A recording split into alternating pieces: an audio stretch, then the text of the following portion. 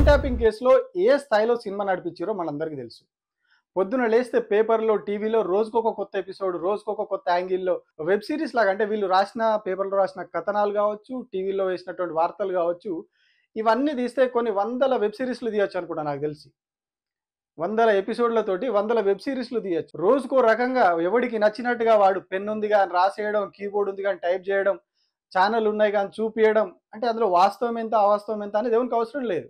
మనం రోజుకెంత మసాలా ఏసి చూపిస్తున్నాము, ఎంత మసాలా అల్లి దాన్ని పోర్ట్రే చేస్తున్నాం అనేది మాత్రమే వాళ్ళు చూసిర్రు. సో, అట్లా బీభత్సమైన ప్రచారం చేసి, చివరకు కేటీఆర్ హీరోయిన్‌లకును ఫోన్‌లు ట్యాప్ చేసి, వాళ్ళని బెదిరించి హోటళ్ళకి పిలిపించుకున్నాడు. ఏదో చేసిండు, ఇంకేదో జరిగిందని చెప్పి కూడా ఎంత చిల్లర రాతలు రాసిర్రు, ఎంత దారుణంగా అది చేసిర్రో మనందరం చూసినాం.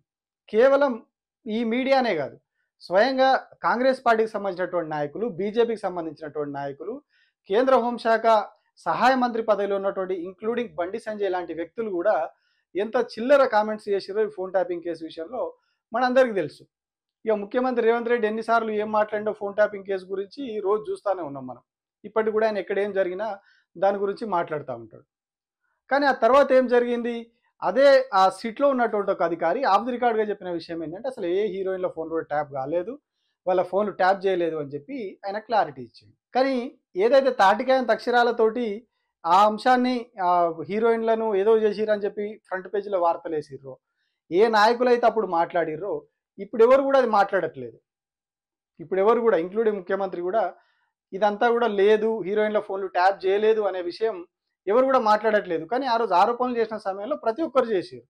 ఇప్పుడు ఎవరు కూడా అదంతా నిజం కాదు అన్నప్పుడు మరి ఆ అంశాన్ని కూడా ప్రస్తావించాలి కదా! కానీ ప్రస్తావించట్లేదు. పేపర్‌లు కూడా ఆ విషయాన్ని కంప్లీట్‌గా పక్కన పెట్టేసినాయి. ఆ సిట్ ఆఫీసర్ చెప్పినయి పక్కన పెట్టేసినాయి. కేవలం వాళ్ళకి ఏది కావాలో అదే ప్రాపగండా నడిపించుకుంటూ పోతా ఉంది.